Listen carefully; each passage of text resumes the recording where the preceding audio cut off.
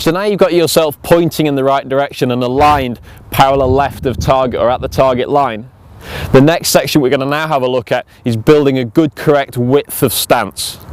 Again, we often see people that get very narrow in their stance. That causes them to have a lack of power and be a little bit off balance. Some people maybe take that too far and they hear that they should have a nice wide stance. They get themselves too wide. You can then struggle to actually move your body weight, or if you do move your body weight, it tends to be in a swaying action. So we want to have the feet, what we talk about is shoulder width apart. But I'll be a little clearer on that for you. What I'm going to do is ask you to measure the width of your shoulders. So taking the butt end of the golf club to one shoulder, drawing it across to your other shoulder, and then pinching the shaft. And that's the width of the outside of my shoulders. That should then be the width of the instep of my feet. So bringing the golf club down, I can drop it in there and check the inside of my feet are the same width as the outside of my shoulders. That effectively creates a slight pyramid base where my base is wider than the top. That allows me then to move my body weight left and right and keep nicely balanced within my feet. If my feet are narrower than my shoulders, then as soon as I move my shoulders across, I'm on the outside of my feet, I'm off balance.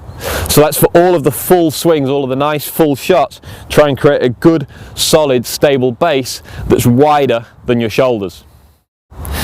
Now we've built that nice, wide, stable platform, let's just check that the feet are actually pointing in the right direction. We often see people who have a natural gait or a natural walk like this. Padraig Harrington's probably one of the famous examples. He kind of waddles down the fairway this way with the heels in and the toes turned out.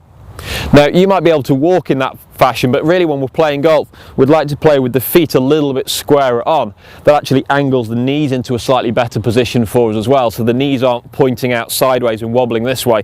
So we keep definitely the rear foot perfectly 90 degrees to your target line. So the rear foot's pointing straight forwards, and the left toe or the front foot can be splayed out ever so slightly. If you just want to turn that front foot out slightly, that should enable us during the golf swing to coil up against the right side and then turn through the front side, the left side.